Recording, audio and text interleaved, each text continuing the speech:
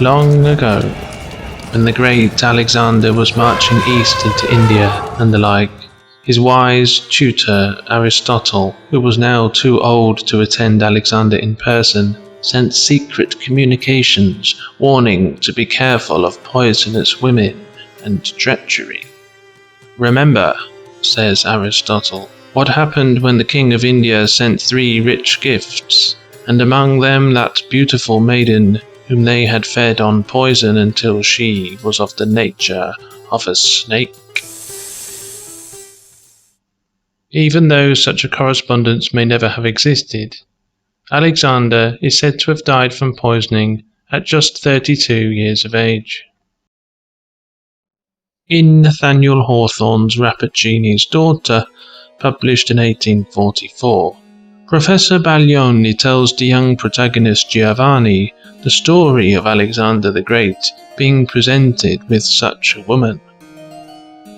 As with Alexander, the sage warnings of his teacher do not save him from his untimely death. Of course, love is deaf as well as blind, and perhaps lust yet more so. Giovanni is intoxicated by the rich perfumes of the garden, and the pulchritude and grace of the daughter that so willingly tends to it.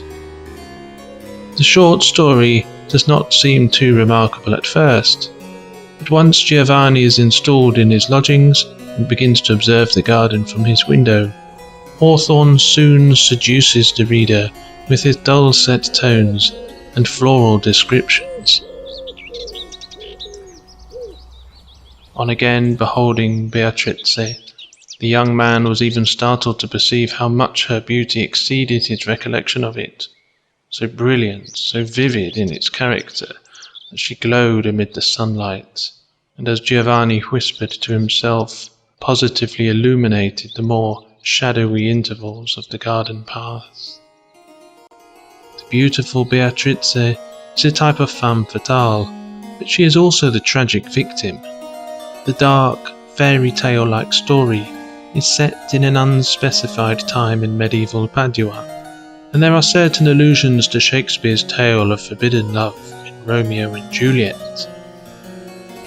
The story is relevant to its time, as this was the start of a microscopic age, when such teratoid experiments were still mysterious and troubling to the layperson. The modern reader will probably find this story a bit outdated, in more ways than one. But to be enticed by such a story is to be transported back to not only a fictional medieval Padua, but also to the 1840s, when such stories were the daily sustenance of an emerging reading public.